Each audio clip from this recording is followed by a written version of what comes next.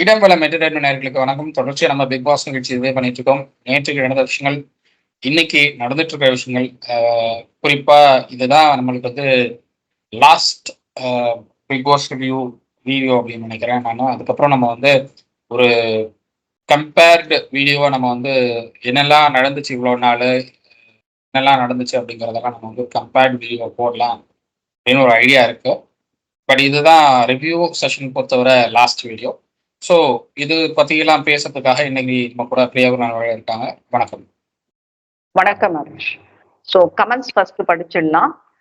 ராஜேந்திரன் போட்டிருக்காரு, Jacqueline big pass கண்டிப்பா போக சொன்னாரா, பாதியில கூட திரும்பி வந்து இருக்கலாம், சௌந்தர்யா முடிவு தான் ஸ்மார்ட் முடிவுன்னு போட்டிருக்காரு. அவங்க வந்திருக்கணும். அது உள்ள போன ஆட்கள் எல்லாம் வந்துட்டு எந்த அளவுக்கு ஜாக்லின் பிரெயின் வாஷ் பண்ண முடியுமோ அந்த அளவுக்கு பண்ணிட்டாங்க. அந்த பொண்ணுக்கு அடுத்து யோசிக்கிற அளவுக்கு கூட டைம் கொடுக்காம நாலா பக்கமும் மொய்க்கிற மாதிரி வந்து அந்த பொண்ணை ரொம்ப அழகா வெளியில அனுப்பினாங்க. இப்போ பிக் பாஸ் கொடுத்தது டாஸ்க் தான், அவருக்கும் இதுக்கும் எதுவும் சம்பந்தம் கிடையாது. பட் போனவங்க பாதியில வந்திருக்கணும்ன்றதுதான். இது ஆனந்தி தான் ரொம்ப இது பண்ணினது. சௌந்தர்யா போயிட்டு அப்படியே போயிருந்தா கூட ஆஸ் எ பிளேயர் நான் வந்துட்டு பாராட்டிருப்பேன். ஆஸ் எ பிளேயர் நான் உன்னோட பாராட்டெல்லாம் யாருக்குமா வேணும்ன்றதுதான் இங்க. ஸோ சௌந்தர்யா ஸ்மார்ட் மூவ் தான். அந்த ஸ்மார்ட் ஹார்டுன்றதுக்கு நான் வரேன். அடுத்தது சரோஜா கரெக்ட் ரெவ்யூன்னு போட்டிருக்காங்க. அப்புறம் கார்த்திகேயன் வந்துட்டு மேடம் அண்ட் சார் ரெவ்யூ ஜென்யூனா இருக்கு அப்படின்னுட்டு நல்லா போட்டிருக்காரு. அப்புறம் சவுண்டோட இன்னோசன்ஸ், அப்புறம் motivation, enjoying with sound, very straight forward அப்படின்னுட்டு சவுண்டை பத்தி போட்டிருக்காரு. திலக் சவுண்டுக்கு போட்டிருக்காரு. பிரகாஷ் ஆதின்றவர் வந்துட்டு ரொம்ப அழகா ரெவ்யூ பண்றீங்க போங்க அப்படின்னு போட்டுட்டு, எஸ்பெஷலி ஜெப்ரி அண்ட் சத்யாவை பத்தி சொன்னீங்களே அப்படின்னு போட்டிருக்காரு.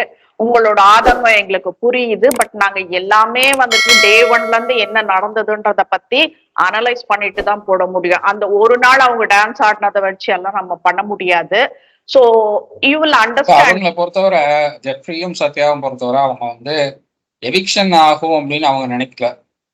ஃபர்ஸ்ட் அவங்க எதுக்கு இந்த பிக் பாஸ் வீட்டுக்குள்ள ரிட்டர்ன் ஆயிருக்காங்க அப்படின்னா, அது வந்து செலிப்ரேஷன் வீக். செலிப்ரேஷன் வீக்ல அவங்க எப்படி இருக்கணும்னு பிக் பாஸ் சொல்லியிருக்காரு, அப்படிதான் அவங்க இருந்து ஆகணும்.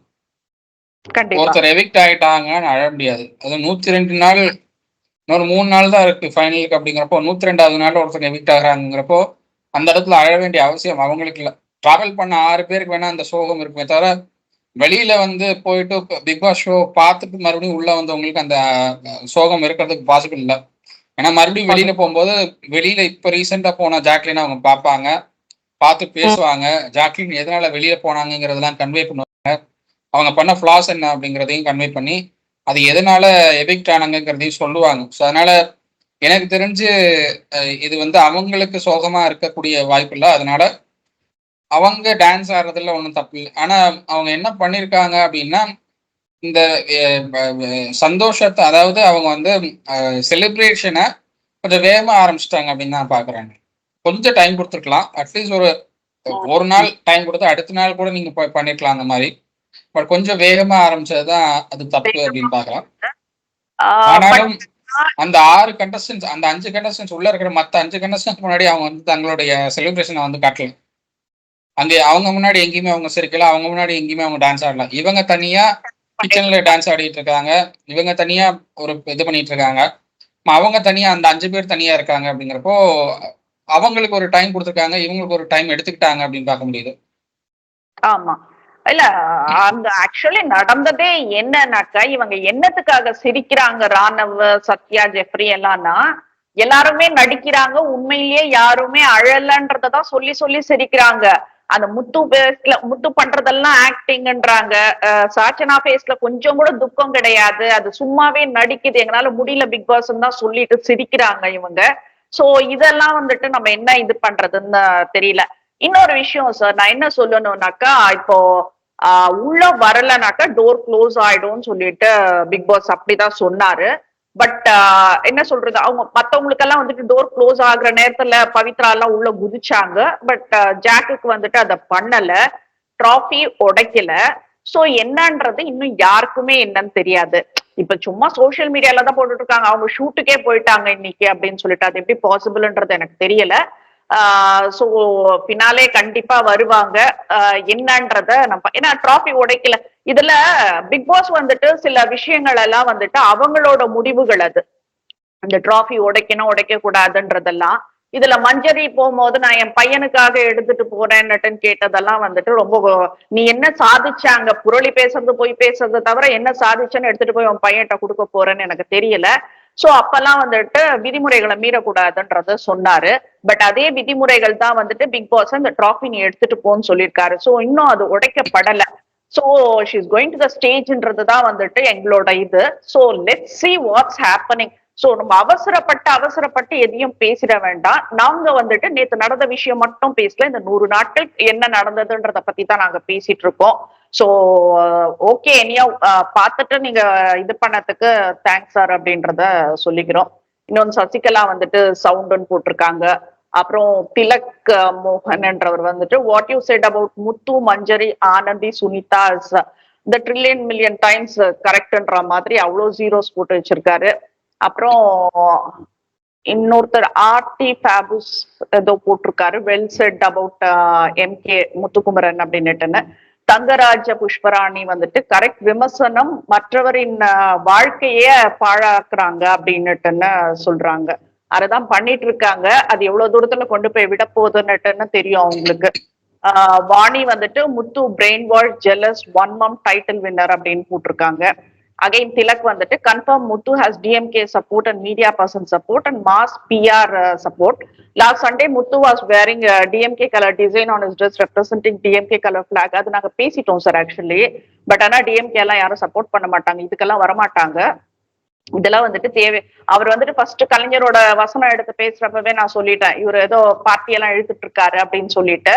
இப்ப முத்துக்கு பிஆர் வேலை பண்றது வந்துட்டு அவரு நடிகர் ஆகணும்னு சொல்றதெல்லாம் வந்துட்டு அது நடிகருக்கான என்ன சொல்றது இது மாதிரி ஆரம்பம் மாதிரி தெரியல. ஒரு பொலிட்டிஷியனுக்கான ஆரம்பம் மாதிரி இருக்கு. பேனர்ஸுங்க மாலைங்க போடுறதெல்லாம். ஸோ டிஎம்கே எல்லாம் சப்போர்ட் பண்ண மாட்டாங்க. அந்த அளவுக்கு யோசிக்காதீங்க. அந்த அளவுக்கு வந்துட்டு முத்துவெல்லாம் வர்த்து கிடையாது. ஒரு ஆபாசமா ஒரு இடத்துல உட்காந்து பச்சை பச்சையா பேசிட்டு இருக்கிறவங்களுக்கு வந்துட்டு எப்படி இது பண்ணுவாங்கன்றது எனக்கு தெரியல. அடுத்தது விஜயகுமார் வெரி பேட் ரிவ்யூ வர்ஸ்ட்னு போட்டிருக்காரு. என்னையோ நீங்க எதை வச்சு சொல்றீங்கன்னு தெரியாது சார், தேங்க்யூ. திலக் மோகன் வந்துட்டு சவுண்டுன்னு ஃபுல்லா நிறைய போட்டிருக்காரு. These are all the comments we receive. And அன்அபிஷியலா வந்துட்டு we have received a news that இது அன்அபிஷியல், இது அபிஷியல் கிடையாது. We have received a news that Muthu has won the title அப்படின்னுட்டுன்னு சொல்லியிருக்காங்க. இது எந்த அளவுக்கு உண்மை ஹரிஷ்? முத்து ஜெயிச்சார் ஜெயிக்கல அப்படிங்கிறதுலாம் இன்னும் கன்ஃபார்ம் ஆகல. எதுவுமே கன்ஃபார்ம் ஆகல. வின்னர் யாருங்கிறதும் கன்ஃபார்ம் ஆகல, ரன்னர் அப் யாருங்கிறதும் கன்ஃபார்ம் ஆகல. நம்மளுக்கு தெரிஞ்ச விஷயம் என்னன்னா ஓட்டிங் நிறைய விழுந்திருக்கு. அதுல வந்து முத்துக்குமரன் லீடிங்ல இருந்திருக்காரு அப்படிங்கிறது மட்டும்தான் எல்லாருக்கும் தெரிஞ்ச விஷயம். ஓட்டிங் கம்ப்ளீட்டா ஸ்டாப் ஆயிடுச்சு அப்படிங்கிறதுனால ஹையஸ்ட் ஓட் பாசிபிலிட்டி முத்துக்குமரன் இருக்காரு அப்படிங்கிறதுனால முத்துக்குமரன் வந்து வின்னர் அப்படிங்கிற ஒரு முடிவுக்கு எல்லாரும் வந்துடுறாங்க. பட் என்னன்னா வின்னர் அப் நீங்க சொல்லிட்டீங்க அப்படின்னா ரன்னர் யாருங்கிறதும் நீங்க சொல்லி ஆகும். ஆனா ரன்னர்ல வந்து உங்களுக்கு கன்ஃபியூஷன் இருக்கு அப்படிங்கிறீங்க. எல்லாருமே ரிவ்யூவர்ஸ் எல்லாரும் சொல்றதெல்லாம் வின்னர் வந்து முத்துக்குமரன், ரன்னர் வந்து சௌந்தர்யா இல்லைன்னா வந்து விஷால் அப்படின்னு ஒரு கன்ஃபியூஷன் இருக்குங்கிறாங்க. உங்களுக்கு வின்னர் கன்ஃபார்ம் ஆயிடுச்சுன்னா ரன்னரும் கன்ஃபார்ம் ஆயிருக்கணும். உங்களுக்கு வந்து தகவல் வந்திருக்கணும். நான் பர்சனலா அவங்க மேனேஜ்மெண்ட் சைட்ல விசாரிச்ச வரைக்கும் அவங்க என்ன ஓட்டிங்கே கவுண்ட் பண்ணல, கம்ப்ளீட் பண்ணல. அந்த ப்ராசஸ் போயிட்டு இருக்கு. இன்னும் எதுவுமே முடிக்கல. அவங்க வின்னர் யாரு ரன்னர் யாருங்கிறதெல்லாம் நாளைக்கு தான் தெரிய வரும். இன்னும் எதுவுமே நாங்கள் வந்து சொல்லவும் முடியாது. ஏன்னா அவ்வளோ ஓட் விழுந்திருக்கு அப்படிங்கிறாங்க. டெலிஃபோன் ஓட்ஸ் தனியா, ஹாட்ஸ்டார்ல எவ்வளோ ஓட் விழுந்திருக்கு அது டிஜிட்டல் வைஸா கவுண்ட் பண்ணணும். டெலிஃபோன் ஓட்ஸ் எவ்வளோ வந்திருக்குங்கிறது அதையும் கவுண்ட் பண்ண வேண்டிய டிஜிட்டல் வைஸா எல்லாம் கவுண்ட் பண்ணி ஒன்று சேர்த்தாதான் யார் வின்னர் யார் ரன்னர்ங்கிறத சொல்ல முடியும். ஆனா நிறைய ஓட்ஸ் விழுந்திருக்கு அப்படிங்கிறதுனால நம்மளால உடனே எதையும் கன்க்ளூஷன் வர முடியாதுங்கிறாங்க. இன்னும் சொல்ல போனா ஷூட்டுக்கான நாளைக்கு ஃபைனலுக்கான ஷூட்டுக்கான ப்ராசஸ் அந்த திங்கிங் ஐடியாஸ் கூட நாளைக்கு மார்னிங் தான் வந்து இம்ப்ளிமெண்ட் பண்ண போறதா சொல்றாங்க. செட்டப்லாம் எப்படி இருக்கணும் என்னங்கிறத நாளைக்கு மார்னிங் தான் பார்க்க போறதா சொல்றாங்க. ஸோ அதனால உடனே ஒரு கன்க்ளூஷனுக்கு எல்லாரும் வந்துடுறது ஏன் அப்படிங்கிற எனக்கு தெரியல. இது பிஆர்களோட வேலைகளா தான் இருக்கு பெரும்பாலும் இந்த தூண்டி விட்டதெல்லாம். ஏன்னா அவங்க என்ன சொல்றாங்கன்னாக்கா 75% ஆஃப் த ஓட்டு வந்துட்டு முத்துக்கு விழுந்திருக்கு அப்படின்ற மாதிரி சொன்னாங்க. சரி இவங்க எல்லாம் போட்டிருப்பாங்க போல இருக்கு, இந்த பாட் ஓட்டுன்னு சொல்றாங்கல்ல, அந்த மாதிரி எல்லாம் ஏதாச்சும் ட்ரை பண்ணிருப்பாங்க பாட் போல. ஓட்ஸ் நான் அதையும் கேட்டேன். நான் அதையும் கேட்டேன். ஒரு நம்பர்ல இருந்து ஒரு கால் தான் வரணும். இன்னொரு கால் வந்துச்சு அப்படின்னா கம்ப்ளீட்டா அதுக்கப்புறம் வர ஓட்ஸ் எல்லாம் வந்து இதுல எடுத்துக்கப்படாதுங்கிறாங்க, கவுண்டிங்ல எடுத்துக்கப்படாதுங்கிறாங்க. சூப்பர். ஓகே. இப்போ அதனால ஒரு நாளைக்கு ஒரு ஒன்ஸ் தான் வந்து அவங்க வந்து ஓட் பண்ண முடியும் அந்த நம்பர்ல இருந்து. அதுக்கு மேல ஓட் பண்ண முடியாது. அதுக்கு மேல அவங்க ஓட்டிங் ட்ரை பண்ணாங்கன்னா அந்த ஓட் எல்லாமே கணக்குல எடுத்துக்கப்படாது அப்படிங்கிறாங்க. ஸோ அதனால அதையும் அவங்க வந்து ரொம்ப தெளிவா பிளான் பண்றாங்கன்னு பார்க்க முடியுது. பாட் ஓட்ஸும் அவங்க பண்ண முடியாது அப்படிங்கிறத பார்க்க முடியுது. ஸோ அதனால வெயிட் பண்ணி தான் பார்க்கணும். 75% ஆஃப் ஓட்ஸ் வந்து முத்துக்குமரன் வாங்குறாரு அப்படின்னா அது எப்படின்னா ஹிஸ்டரியில இது வரைக்கும் இல்லாத அளவுக்கு பிக் பாஸ் ஷோல கிட்டத்தட்ட ஒரு 5 கோடி ஓட்டு விழுந்திருக்கணும் அப்படி விழுந்துச்சுன்னா. ஏன்னா அப்பதான் 75% ஆஃப் ஓட்டை முத்துக்குமரன் வாங்க முடியும் நான் பாக்குறேன். அட்லீஸ்ட் 2 கோடி ஓட்டு விழுந்தாதான் வாங்க முடியும். ஏன்னா ஒரு பக்கம் சௌந்தர்யா, இன்னொரு பக்கம் விஷால், இன்னொரு பக்கம் பவித்ரா, ரயான்னு மிச்சம் இருக்கிற 4 பேருமே வந்து லட்சக்கணக்கில் ஓட்டு வாங்கக்கூடிய ஆளுங்க. இவர் 75% ஓட்டு வாங்குறாரு அப்படின்னா இவருக்கு மட்டுமே ஒரு 10 லட்சம் ஓட்டும், மற்றவங்களுக்கு எல்லாம் 5 லட்சம் ஓட்டும் 2 லட்சம் ஓட்டும் விழுந்திருக்கணுங்கிற மாதிரி இருக்கு. எனக்கு அப்படி தோணல. பட் வெயிட் பண்ணி பார்ப்போம். நம்ம வந்து ரிசல்ட் என்னங்கிறது அவங்க நாளைக்கு தான் தெரியுங்கிறாங்க. ஸோ அதனால வெயிட் பண்ணி பார்ப்போம். So let's see tomorrow அது என்னன்றத பார்க்கலாம். பட் 75% ஆஃப் த ஓட் போயிடுச்சுன்னா மிச்சம் 25 இவங்க எல்லாம் பிச்சுப்பாங்களா 4 பேரும்?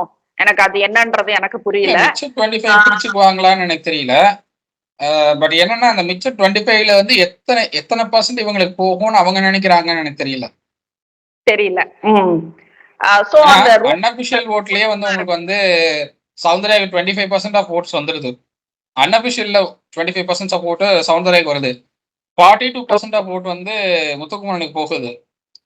16% ஆஃப் ஓட்டு இவருக்கு போகுது, விஜய் விஷாலுக்கு போகுது. அதுக்கு அடுத்து பவித்ரா வராங்க 10% ஓட்டு. அதுக்கு அடுத்து ரயான் 7% ஓட்டுன்னு வராங்க.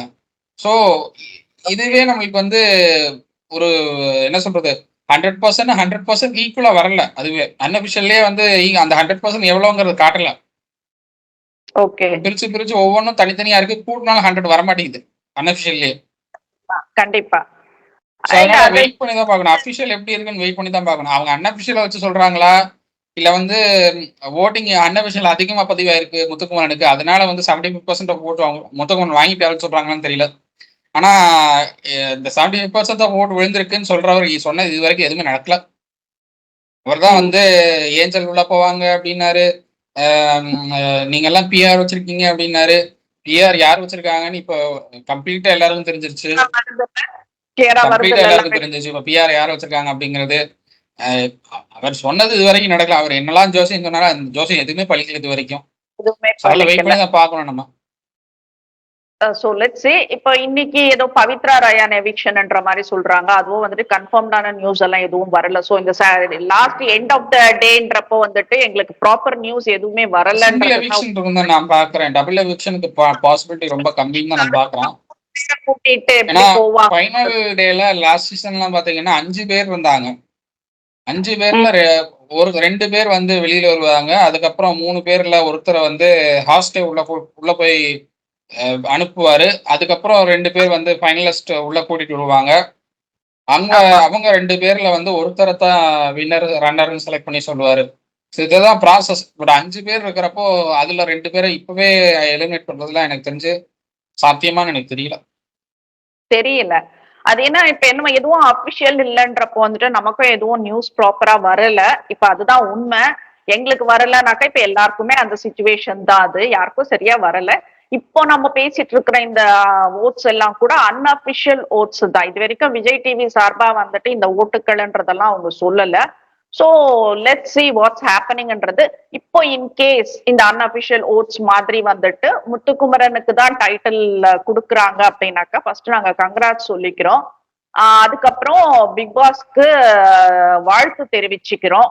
ஏன்னா ஒரு பெண்ணை எவ்வளவு கீழ்த்தரமாக ஆபாசமாக ஒருத்தர் பேசினால் அவர் வாழ்க்கையில் வெற்றி பெறுவார்ன்றதுக்கு வந்துட்டு ஒரு எடுத்துக்காட்டு, ஒரு உதாரணமா நீங்க டைட்டில் கொடுத்துருக்கீங்கன்றதுனால வந்துட்டு நாங்க ரொம்ப நன்றி சொல்லிக்கிறோம் அப்படின்றதான் நான் பிக் பாஸ்க்கு சொல்ல விரும்புறேன், விஜய் சேதுபதிக்கு சொல்ல விரும்புறேன்.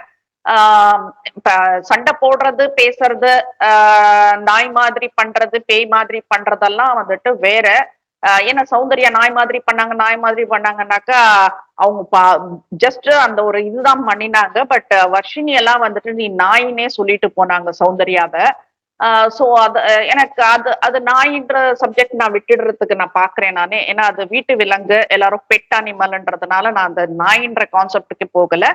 பட் பவித்ராவை ஆபாசமாக பேசினதாகட்டும், சௌந்தர்யாவை வந்துட்டு குளிப்பாட்டி விடவான்னுட்டு பேசினதாகட்டும், எங்களுக்கு இதில் உடன்பாடு இல்லை.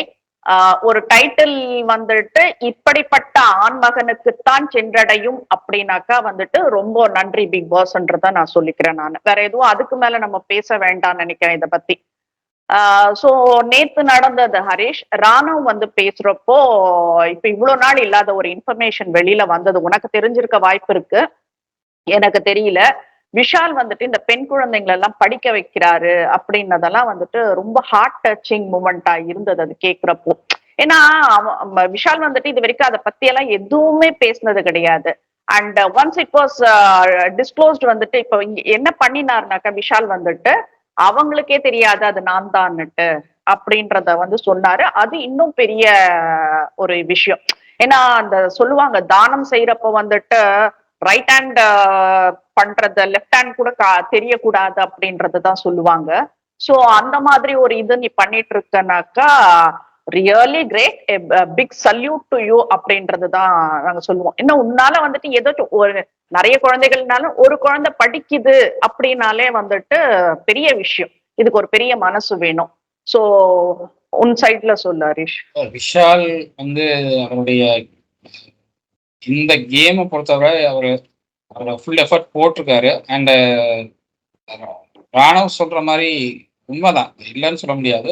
விஷால் மட்டும் இல்லை, எனக்கு தெரிஞ்சு பாலாவும் பண்ணிட்டு இருக்காரு, விஜய் டிவி பாலாவும் பண்ணிட்டு இருக்காரு.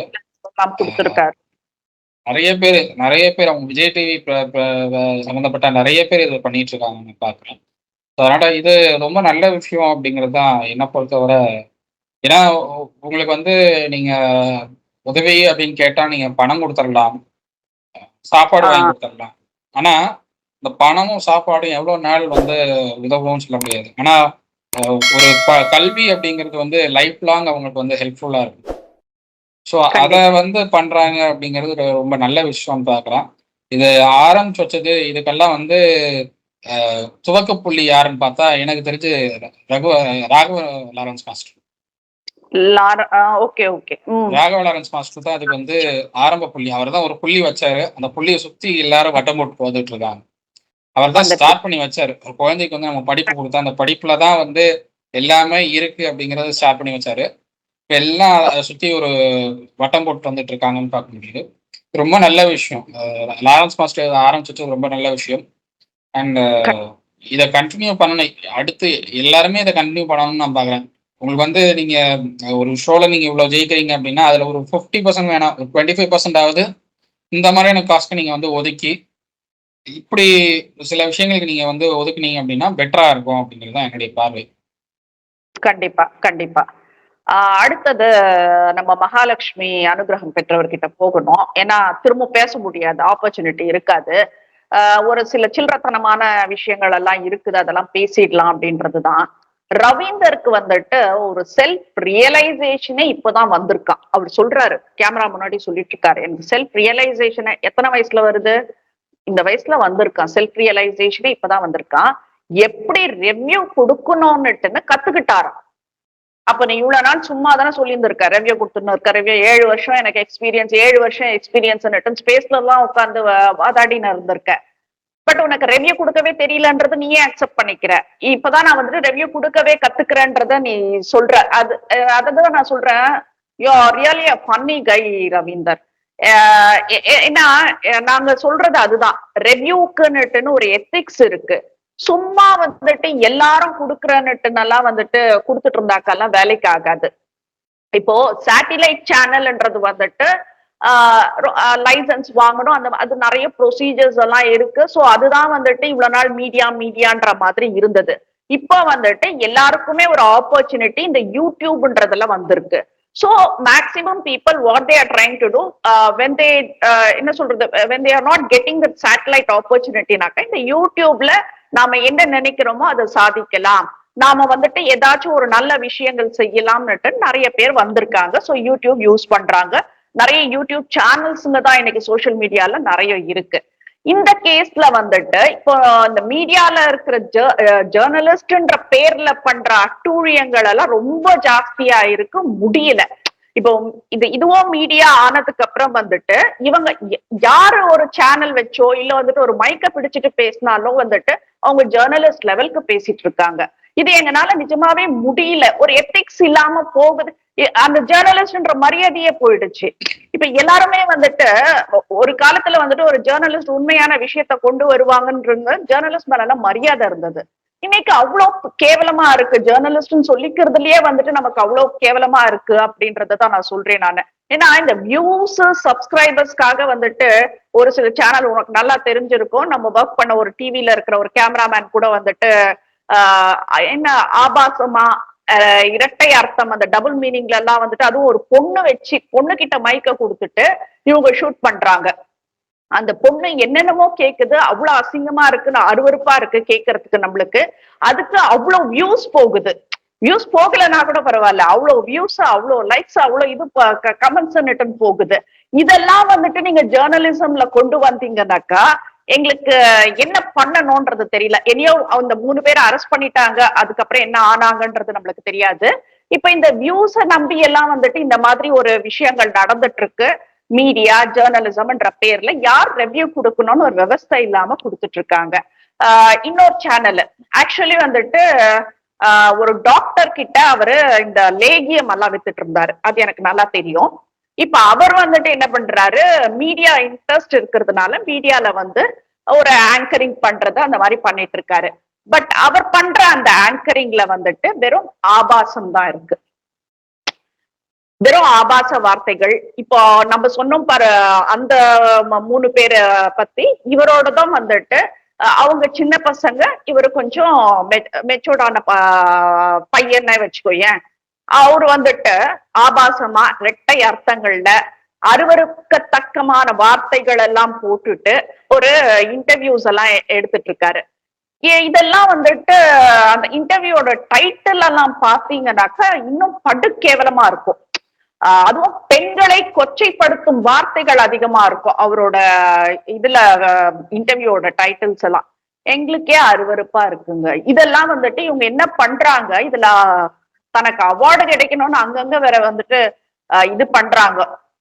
தான் பெஸ்ட்ன்னு எல்லா முயற்சிகளும் எடுத்துட்டு இருக்காங்க. ரொம்ப கஷ்டமா இருக்கு. இது என்ன ஒரு ஜேர்னலிசம்ன்றது என்ன எத்திக்ஸ்ன்னு கூட தெரியாம இப்படி ஆபாசமாக இரட்டை அர்த்தங்களோட பெண்களை இழிவுபடுத்தும் வார்த்தைகளை போட்டு ஒரு என்ன சொல்றது பப்ளிக் நம்ம சர்வ் பண்றப்போ அது எப்படி அது ஒரு பெஸ்ட்ன்றது எனக்கு தெரியல. So it's going on. So இந்த சோசியல் மீடியா பிளாட்ஃபார்மை யூஸ் பண்ணுங்க. எவ்வளவு நல்ல நல்ல விஷயங்கள் எல்லாம் இருக்கு, எவ்வளவு ரீல்ஸ் எல்லாம் நம்ம பாக்குறோம், எவ்வளவு நல்ல விஷயங்கள் எல்லாம் கத்து தராங்க, அதெல்லாம் ஓகே. பட் ரீல்ஸ்ன்ற பேர்ல வந்துட்டு இதெல்லாம் பண்ணிட்டு இருக்கிறது, இது ஆல்மோஸ்ட் இது வந்துட்டு ஒரு பொலிட்டிக்கல் ஆங்கர் இல்ல ஆங்கர் அந்த மாதிரி எல்லாம் இது கிடையாது. இது ஆல்மோஸ்ட் இன்ஸ்டாகிராம்ல ஒரு ரீல்ஸ் மாதிரி தான் அவர் பேட்டி எடுத்துட்டு இருக்காரு. So these are all happening அப்படின்றப்போ வந்துட்டு ரொம்ப கஷ்டமா இருக்குன்றதை தான் சொல்லணும். இப்போ யூடியூப் சேனல் ரன் பண்றவங்க ஜேர்னலிஸ்ட் கிடையாது, அத புரிஞ்சுக்கணும் எல்லாரும் அப்படிங்கிறது தான் நான் பாக்குறேன். யூடியூப் சேனல் ரன் பண்றவங்க யூடியூபர், அவங்க ஜேர்னலிஸ்ட்னு அவங்கள சொல்லிக்க கூடாது. ஏன்னா இப்போ நம்ம ஜேர்னலிஸ்ட் அப்படின்னா நம்மளுக்கு வந்து ஒரு சேனல்ல ஒர்க் பண்ணியிருக்கோம் அப்படிங்கிற, நம்ம இப்போ வந்து யூடியூப்க்கு ஒரு ஷோ பண்ணிட்டு இருக்கோம், ஓகே. பட் நம்ம ஒரு சேனல்ல ஒர்க் பண்ணியிருக்கோம், நம்ம வந்து ப்ரெஸ் கிளப்போடைய கார்டு இருக்கு நம்மகிட்ட, ஸோ அதனால இஷ்யூஸ் இல்லை அப்படின்னு நான் பார்க்குறேன். அண்ட் அதை தாண்டி வந்து நம்ம ட்ரை பண்ணா அக்ரெடிஷன் கார்டும் கொடுப்பாங்க. ஏன்னா நம்மளுடைய ஒர்க்கிங் ஹிஸ்ட்ரி அப்படிங்கிறதுனால ஒன்றும் இஷ்யூஸ் இருக்காது அப்படிங்கிறதுனால அதுக்கான பாசிபிலிட்டி இருக்கு. பட் இந்த யூடியூபர்ஸ் ட்ரை பண்ணா அக்ரெடிஷன் கார்டு கிடைக்காது. ஏன்னா அவங்க வந்து அவங்க ஒரு ரோல் மாடலா ஒருத்தர் எடுத்துக்கிட்டு நான் இந்த யூடியூப் வச்சு நான் வருமானம் பார்க்குறேங்கிற ஒரு ஸ்டைலில் அவங்க போறாங்க. அதனால வந்து அவங்களுக்கு இந்த அக்ரிடேஷன் கார்டு கிடைக்குது. அக்ரிடேஷன் கார்டு என்ன அப்படின்னா, ஒரு அரசு நிகழ்ச்சிக்கு அந்த அரசு நிகழ்ச்சியை கவர் பண்றதுக்காகவும், அந்த அரசு நிகழ்ச்சியில பங்கேற்கிற அமைச்சர்கள், ஆளுநர்கள் உட்பட எல்லாரையும் அது சம்பந்தப்பட்ட நிகழ்வுகள் எல்லாத்தையும் கவர் பண்றதுக்காகவும் கொடுக்கப்படுற ஒரு கார்டு. ஒரு என்ன சொல்ற என்ட்ரி பாஸ் அப்படின்னு சொல்லலாம். அந்த அக்ரிடேஷன் கார்டு. அந்த கார்டு வச்சிருக்கிறவங்க தான் அந்த நிகழ்ச்சியை வந்து கவர் பண்ண முடியும். அதுதான் வந்து கவர்மெண்ட் ரூல்ஸ். ஸோ அதுக்கு வந்து செக்ரட்டரியேட்ல போய் அப்ளை பண்ணணும். அப்ளிகேஷன் கொடுத்து டிஏஎஃப்எஸ் செக்ஷன்ல போய் அப்ளிகேஷன் கொடுத்து அந்த அப்ளிகேஷன் அவங்க ப்ராசஸ் பண்ணி அது ஒரு வெரிஃபிகேஷன் போய் அந்த வெரிஃபிகேஷன் முடிஞ்சதுக்கப்புறம் நம்மளை கூப்பிட்டு டாக்குமெண்ட்ஸ் எல்லாம் கேட்பாங்க. நீங்கள் எங்கெங்கெல்லாம் ஒர்க் பண்ணியிருக்கீங்கன்னு டாக்குமெண்ட்ஸ் கேட்பாங்க. அதெல்லாம் கொடுத்து அதை தனியாக வெரிஃபை பண்ணி அதுக்கப்புறமா தான் நம்மளுக்கு அந்த அக்ரிடேஷன் கார்டு கொடுப்பாங்க. அந்த வெரிஃபிகேஷன்ல கூட உங்களுக்கு வந்து ஏதாவது ப்ராப்ளம் இருந்துச்சு அப்படின்னா அப்படியே ரிஜெக்ட் பண்ணிடுவாங்க. நம்மகிட்ட விளக்கம் கூட இருக்க மாட்டாங்க, அப்படியே ரிஜெக்ட் பண்ணிடுவாங்க. அதுதான் வந்து அக்ரிடேஷன் கார்டுக்கான அந்த ப்ராசஸ். ஸோ இவ்வளவும் கடந்து தான் வந்து ஒரு ஜேர்னலிஸ்ட் இருக்க வேண்டியிருக்கு. அண்ட் இன்னொரு விஷயம், நம்ம வந்து ஒரு நியூஸை வந்து போடுறோம் அப்படின்னா, ஒரு ஒரு கட்சிக்கு அகேன்ஸ்ட் நியூஸ் போடுறோம் அப்படின்னா, சில பேர் மிரட்டவும் செய்வாங்க, சில பேர் அடிக்கவும் செய்வாங்க, சில பேர் வந்து கால் பண்ணிட்டு இது தப்பான நியூஸ் அப்படின்னு அவங்க சொல்லுவாங்க, விளக்கம் கொடுப்பாங்க. நிறைய விதங்கள் இருக்கு இதுல. இதெல்லாம் ஃபேஸ் பண்ணி வர்றது ஜேர்னலிஸ்டோடைய வேலை. யூடியூபர்ஸ் அப்படி கிடையாது. யூடியூபர்ஸ் வந்து அசால்ட்டா நான் ஒரு ஷோ பண்றேன்னு போயிடுவாங்க. நாளைக்கு இது பேக் ஃபயர் ஆயிடுச்சுன்னா அந்த சேனலை க்ளோஸ் பண்ணிட்டு போயிடுவாங்க. அவ்வளவுதான். இது பண்ணிப்பாங்க, அவ்வளவுதான். அவங்களுக்கு வந்து இன்னொரு சேனல் அப்புறம் ஓபன் பண்ணிக்கலாமாங்கிற அந்த ஒரு ஐடியா வந்துருமே தவிர ஃபேஸ் பண்ற ஐடியா இருக்காது. அதுதான் யூடியூபர்ஸோட ஸ்டைல். அதை வந்து நிறைய பேர் ஃபாலோ பண்ணிட்டு இருக்காங்க. இன்னைக்கு நிறைய ஆளுங்க ஃபாலோ பண்ணிட்டு இருக்காங்க. நீங்க சொன்ன அந்த கேமராமேன், அவர் நம்ம கூட ஒர்க் பண்ண கேமராமேன், அவரை பத்தின இஷ்யூ, அவரு வெளியில வந்துட்டாரு. ஜாமீன்ல வெளியில வந்துட்டாங்க. அந்த கேஸ் ஒன்றும் இல்லாமல் போயிடுச்சுன்னு வச்சுக்கோங்களேன். அந்த பொண்ணு இப்ப வந்து அதே சேனல், அதே பேர்ல இருக்கிற இன்னொரு சேனல் ஓபன் பண்ணிருக்காங்க அந்த மீடியா கம்பெனி சைட்ல. அந்த சேனலுக்கு மறுபடியும் அதே மாதிரியான கொஸ்டின்ஸ் முன் வச்சுட்டு பீச் பக்கம் அந்த பொண்ணு இன்டர்வியூ எடுத்துட்டு தான் இருக்கு. அந்த பொண்ணு மக்களுடைய கருத்துக்கள் கேட்டுட்டு தான் இருக்கு. இவர் கேமராமேனா இல்ல, இவர் கேமராமேனா போகல, இவர் வேற ஒரு சேனலுக்கு போயிட்டாரு. ஸோ மாற்றங்கள் இருக்கு. பட் ஸ்டில் அந்த பொண்ணு அதே கேள்வியை தான் கேட்க வச்சுட்டு இருக்காங்க அவங்க. அந்த பொண்ணு அதை வந்து ஈஸியா தான் ஹேண்டில் பண்ணிட்டு இருக்கு. அந்த பொண்ணு எனக்கு இதுல ஒன்றும் இஷ்யூஸ் இல்லைங்குது. அந்த பொண்ணு கொஞ்சம் கூட அந்த கூச்சமே இல்லாம ஈஸியா தான் கேட்டுட்டு இருக்கு. அதுவும் அந்த பொண்ணு அதுல இஷ்யூஸ் இல்லைங்குது. இல்ல அதுக்கு நிறைய இன்ஸ்டா ப்ராப்ளங்கள், திருச்சி சாதனால இருந்து நிறைய இன்ஸ்டா ப்ராப்ளங்களை கூப்பிட்டு இன்னும் கொச்சையான வார்த்தைகளை பயன்படுத்தி இன்டர்வியூஸுங்கிற பேர்ல அவங்க வந்து ரிலீஸ் பண்ணிட்டு தான் இருக்காங்க. அதே மாதிரி இப்போ இன்னொருத்தர் நீங்க சொன்ன லேக்கியம் விற்கிற அவருடைய கூட இருந்த ஆளு அப்படின்னு சொன்னீங்க. ஸோ அவரும் மீடியாவில் ஒர்க் பண்ணியிருக்காரு. அவர் வந்து ஜேர்னலிஸ்டா இருந்திருக்காரு, ஒரு நியூஸ் ஆங்கரா இருந்திருக்காரு. பட் வந்து எப்படி நடந்துக்கணுங்கிறது தெரியாம இஷ்டத்துக்கு டைட்டில் வைக்கிறதா இருக்கட்டும். ஒரு இன்டர்வியூ நம்ம ஃபிக்ஸ் பண்ணி கொடுக்குறோம் அப்படின்னா அந்த இன்டர்வியூ ஃபிக்ஸ் பண்ணா அதுக்கான டிக்னிட்டி மெயின்டைன் பண்ணணும். அவங்க என்ன சொல்றாங்களோ அதுபடி போகணும். இவரா ஒரு தனி ரூட்டு போட்டு போவாரு. அவங்க எதெல்லாம் வேணாம்னு சொல்றாங்களோ அதெல்லாம் வந்து உள்ள அந்த வீடியோ ஃபிக்ஸ் பண்ணி வச்சுக்குவாரு. அவங்க ஃபோன் பண்ணி இதெல்லாம் ஏன் ரிமூவ் பண்ணலன்னு கேட்டா அந்த ஆடியோ தூக்கி நீங்க போடுங்கன்னு. இவரோட ஸ்டைல் இதுதான். ஸோ அது நம்ம வந்து ஒன்றும் பண்ண முடியாது. நம்ம பேர் தான் கெட்டு போவோம் அந்த இடத்துல. அவரு ஈஸியா தப்பிச்சுட்டு போயிடுவாரு, நம்ம பேர் கெட்டு போயிடும் அந்த இடத்துல. ஸோ அதனால இதெல்லாம் வந்து யூடியூபர்ஸ் தனி, ஜேர்னலிஸ்ட் தனிங்கிறத புரிஞ்சுக்கணும்னு நான் சொல்றேன். ரெண்டு பேரும் வேற வேற, ரெண்டு ஜான்ரும் வேற வேற. ஈஸியா சொல்லிட்டு போயிடலாம், நான் மீடியாவில் ஒர்க் பண்றேன்னு சொல்லிட்டு போயிடலாம். நான் மீடியாங்கிறதுக்கான அர்த்தம் வேற, யூடியூப்க்கான அர்த்தம் வேற அப்படின்னு நான் சொல்றேன். இப்ப நீ ஆண்கள் படுற கஷ்டத்தை சொன்ன, பெண்களா இருந்து நாங்க படுற வேதனைகள் எல்லாம் எவ்வளவு இருக்கு தெரியுமா? இதுல ஒரு நியூஸ நாங்க போட்டுட்டோம்னா என்ன சொல்றது, பெண்களோட எல்லா உறுப்பியும் பேசுவானுங்க. ஏதோ வந்துட்டு அவங்க அம்மாக்கு, அக்கா தங்கச்சிக்கு இல்லாததை பத்தி எல்லாமே பேசுவானுங்க. சரி, நம்ம அதெல்லாம் வந்துட்டு கண்டுக்கிறது இல்லை. ஏன்னா வந்துட்டு நம்மளோட பேஷன் ஜேர்னலிசம்ன்றதுனால ஃபோக்கஸிங் ஆன் ஒன்லி தட். இப்ப இவரு ஹரிஷ் சொன்ன மாதிரி நானே வந்து நான் 2014 நான் மீடியா இண்டஸ்ட்ரிக்குள்ள வரேன். நான் ஒரு நியூஸ் பேப்பருக்கு ஒரு ஸ்போர்ட்ஸ் காலம் பண்ற ஒரு சப் எடிட்டரா நான் உள்ள போறேன். ஸோ அதை ஸ்போர்ட்ஸ் காலம் பண்ணிட்டு இருக்கும்போது எனக்கு ஒரு ஐடியா வருது, நம்ம ஏன் வந்து இன்வெஸ்டிகேட்டிவ் ஜேர்னலிசம் போகக்கூடாது, அதை ஏன் ட்ரை பண்ணக்கூடாது, அந்த ஒரு ஜானர் ஏன் ட்ரை பண்ணக்கூடாதுன்னு ஒரு ஐடியா வருது. நான் அதுபடி சில விஷயங்கள் ட்ரை பண்றேன், சில தகவல்கள் எடுக்கிறேன். அதுக்காக நான் பட்ட கஷ்டம் எனக்கு தான் தெரியும். அந்த விஷயங்களை வெளியில சொன்னதுக்காக எனக்கு வந்த மிரட்டல்கள், நான் பட்ட பிரச்சனைகள்லாம் எனக்கு தான் தெரியும். ஏன்னா அதை ஃபேஸ் பண்ணி கடைசியில அந்த சம்பந்தப்பட்ட நபர்களோட ஃபேமிலியில் இருக்கிற ஆளுகளே கட்ட பஞ்சாயத்து பண்ணி அதை எல்லாத்தையும் முடிச்சு விட்டு நீங்க இதெல்லாம் இனிமே இதெல்லாம் ட்ரை பண்ணாதீங்கன்னு சொல்லி ஒரு அட்வைஸ் பண்ணி அனுப்பிச்சு விட்டதெல்லாம் தனி கதை. ஸோ இதெல்லாம் வந்து இண்டஸ்ட்ரியில மீடியா ஃபீல்ட்ல எல்லாரும் ஃபேஸ் பண்ணக்கூடிய இஷ்யூஸ். லேடிஸ் வந்தீங்க அப்படின்னா லேடிஸ் கிட்ட வந்து நிறைய கொச்சையான வார்த்தைகள் பயன்படுத்துவாங்க இந்த பொலிட்டீஷியன்ஸுங்கிறவங்க எல்லாம்.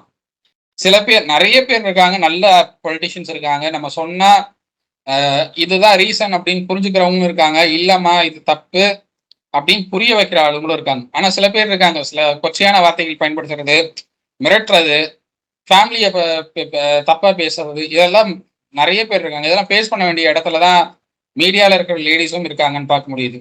ஸோ அதனால மீடியா ஃபீல்டுங்கிறது ரொம்ப சவாலான ஒரு ஃபீல்டு. அதை வந்து ரொம்ப ஈஸியா கடந்து போயிட முடியாது அப்படின்னு தான் நான் பாக்குறேன். கண்டிப்பா எங்க கிட்ட நிறைய ரகசியங்கள் எல்லாம் இருக்கும்.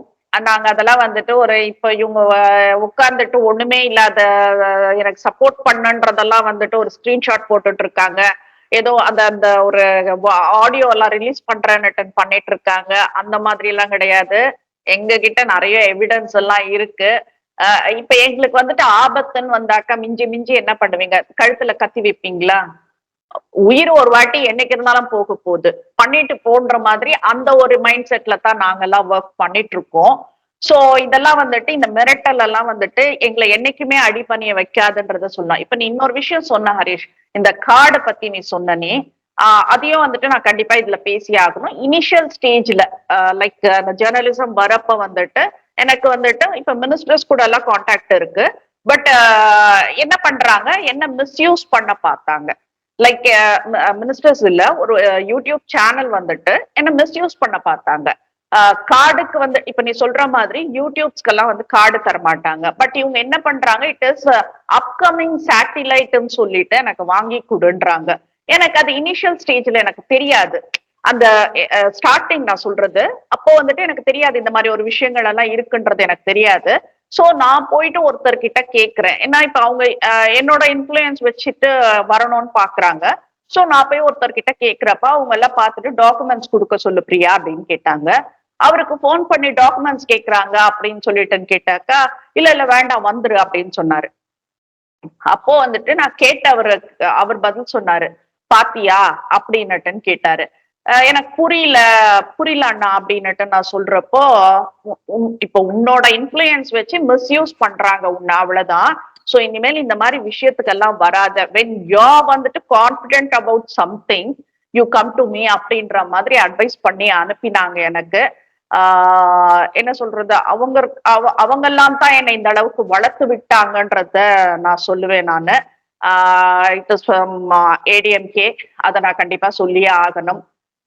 சோ அவங்க வந்துட்டு இந்த அளவுக்கு தைரியம் கொடுத்து எனக்கு இந்த அளவுக்கெல்லாம் மோட்டிவேட் பண்ணி யூ டூன்னுட்டுலாம் வந்துட்டு ரொம்ப மோட்டிவேட் பண்ணி பண்ண வச்சாங்கன்றது வந்துட்டு நான் கண்டிப்பா சொல்லித்தான் ஆகணும்.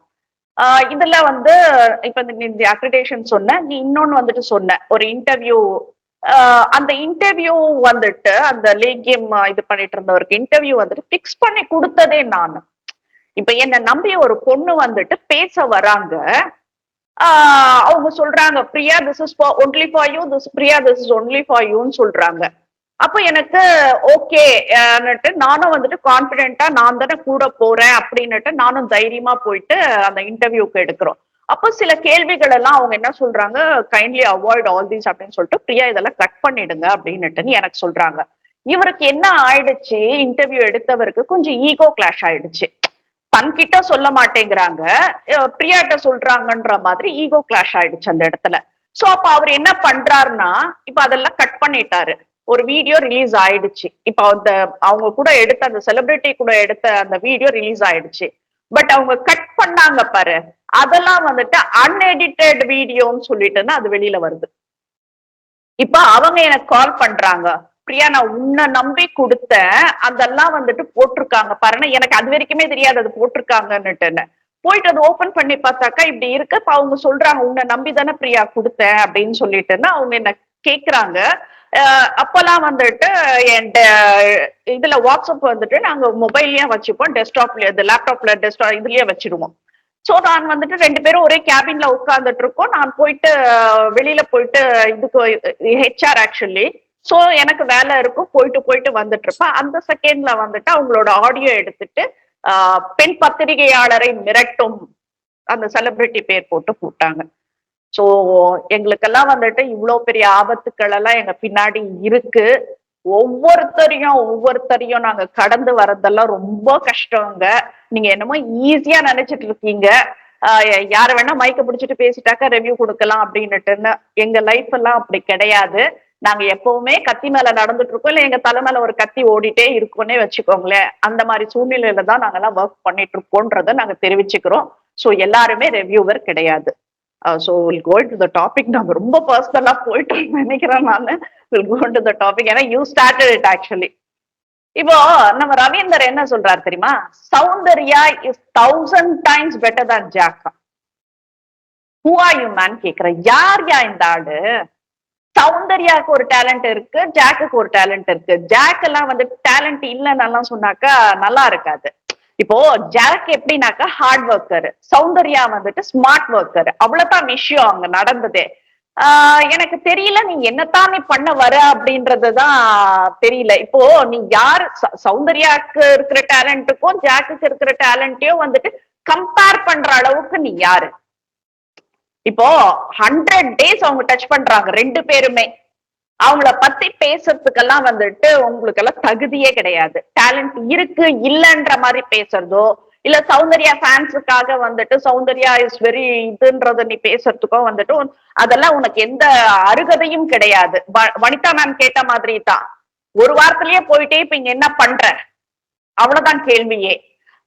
இப்போ இந்த ஜெயிலுக்கெல்லாம் போயிட்டு வந்தாக்கா எல்லாருக்கும் இந்த ஞானம் வரும்னு சொல்றாங்க பாரு. அந்த மாதிரி வந்துட்டு இவரு இதுக்கு பிக் பாஸ் வீட்டுக்குள்ள போன உடனே வந்துட்டு சௌந்தர்யாக்கு சப்போர்ட் பண்றேன்னு பேர் வழின்னுட்டுன்னு மறுபடியும் ஒரு பொண்ணு என்ன பண்றாரு, கீழே தள்ளி இன்னொரு பொண்ணு மேல ஏத்த பாக்குறாரு.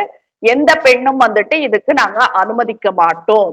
எங்களுக்கு ஏறணும்னா நாங்களே கயிறை பிடிச்சி மேல ஏறுறோம். இன்னொருத்தரை தள்ளிட்டு அவங்க முதுகு மேல ஏறுறதுக்கு எந்த பெண்ணுக்கும் விருப்பம் கிடையாது.